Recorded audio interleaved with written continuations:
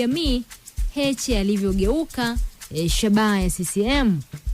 Heche alivyogeuka shabaha ya CCM, viongozi waandamizi wa chama hicho wameendelea kuvutana kisiasa, na makamu mwenyekiti huyo wa Chadema wadau wasema mvutano wao ni vita vya maneno visivyo na tija kwa taifa. Wasisitiza mchakato wa maridhiano upewe uzito.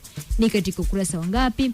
Ukurasa wa pili utaenda kupata habari hii ndani ya gazeti hili la Nipashe Mwanga wa Jamii. Bana, mambo bado ya moto huku katika Chama cha Demokrasia na Maendeleo Chadema. Lakini taarifa hii pia Mtanzania unaipata kupitia Dira ya Mtanzania. Anasema Heche anena bado mambo ni moto katika Chama cha Demokrasia na Maendeleo Chadema.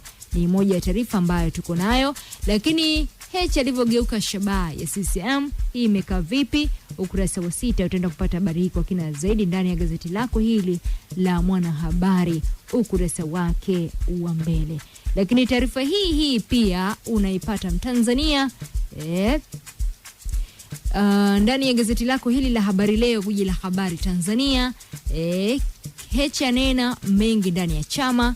Heche anena mengi ndani ya chama. Amenena yepi na pengine amegeuka shabaha namna gani katika ndani ya Chama cha Mapinduzi? Tuweze kufahamu kwa kina zaidi kile ambacho kimeweza kuzungumzwa.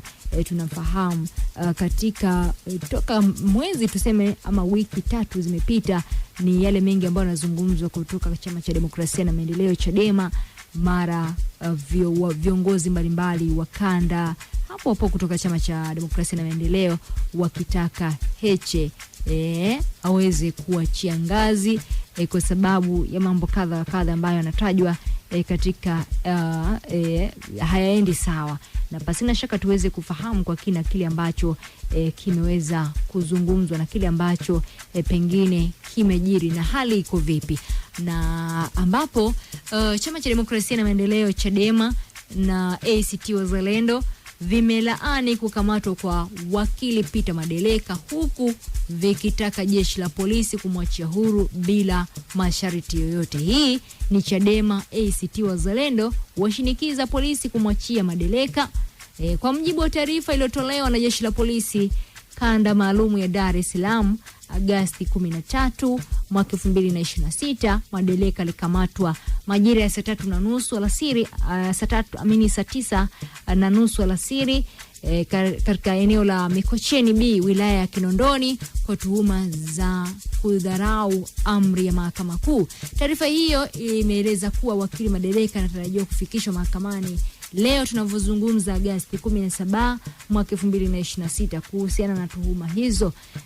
Kwa nyakati tofauti vyama hivyo vimesema mwenendo wa kutumia vyombo vya dola kuwabana watu wanaotoa maoni kuhusu masuala ya umma unaweza kujenga hofu miongoni mwa wananchi, kudhoofisha imani ya umma katika taasisi za haki na utawala wa sheria.